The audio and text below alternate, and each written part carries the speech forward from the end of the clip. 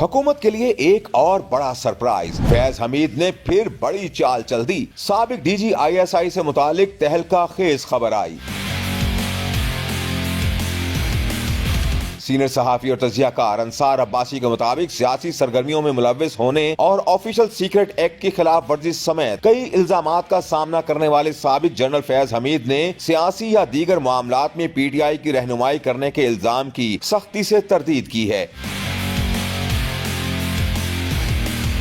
अंसार अब्बासी के मुताबिक जनरल फैज के जिन सियासतदानों के साथ राबिते थे उनमें नून लीग और पीपल्स पार्टी के कुछ सियासतदान भी शामिल थे। साबिक जनरल 50 के करीब सियासतदानों के साथ राबिते में थे, जिनमें बेशतर का ताल्लुक तहरीक इंसाफ से था। ज़राए के मुताबिक हुकाम के पास उन राबितों के शवाहिद मौजूद हैं जिनमें इस बात के सबूत भी मौजूद हैं कि PTI की मुबैना तौर पर रहनुमाई की गई थी। इन राबितों के बाद पहलुओं की तहकीकात जारी है। अंसार अब्बासी के मुताबिक जनरल फैज का कहना है सियासी लोगों से ये राबिते मामूल की समाजी बातचीत है। इस नुमाइंदों को बताया गया है कि कुछ मामलात में ये राबिते मुबैना तौर पर कुछ जाती कामों जैसा कि किसी को मुलाजमत दिलवाना या किसी जानने वाले को टिकट देना के लिए किए गए थे। कुछ वफाकी वज़रा ने इल्जाम लगाया कि जनरल फैज और इमरान खान 9 मई के फसादात में मुलव्विस थे। ताहम ISPR ने वाज़ेह तौर पर कहा कि 9 मई के वाक़यात में फैज हमीद के किरदार की भी तहकीकात की जा रही है। अंसार अब्बासी के मुताबिक फैज और इमरान के दरमियान बिलवास्ता या बिला वास्ता रवाबित के हवाले ज़ेरे तफ्तीश हैं।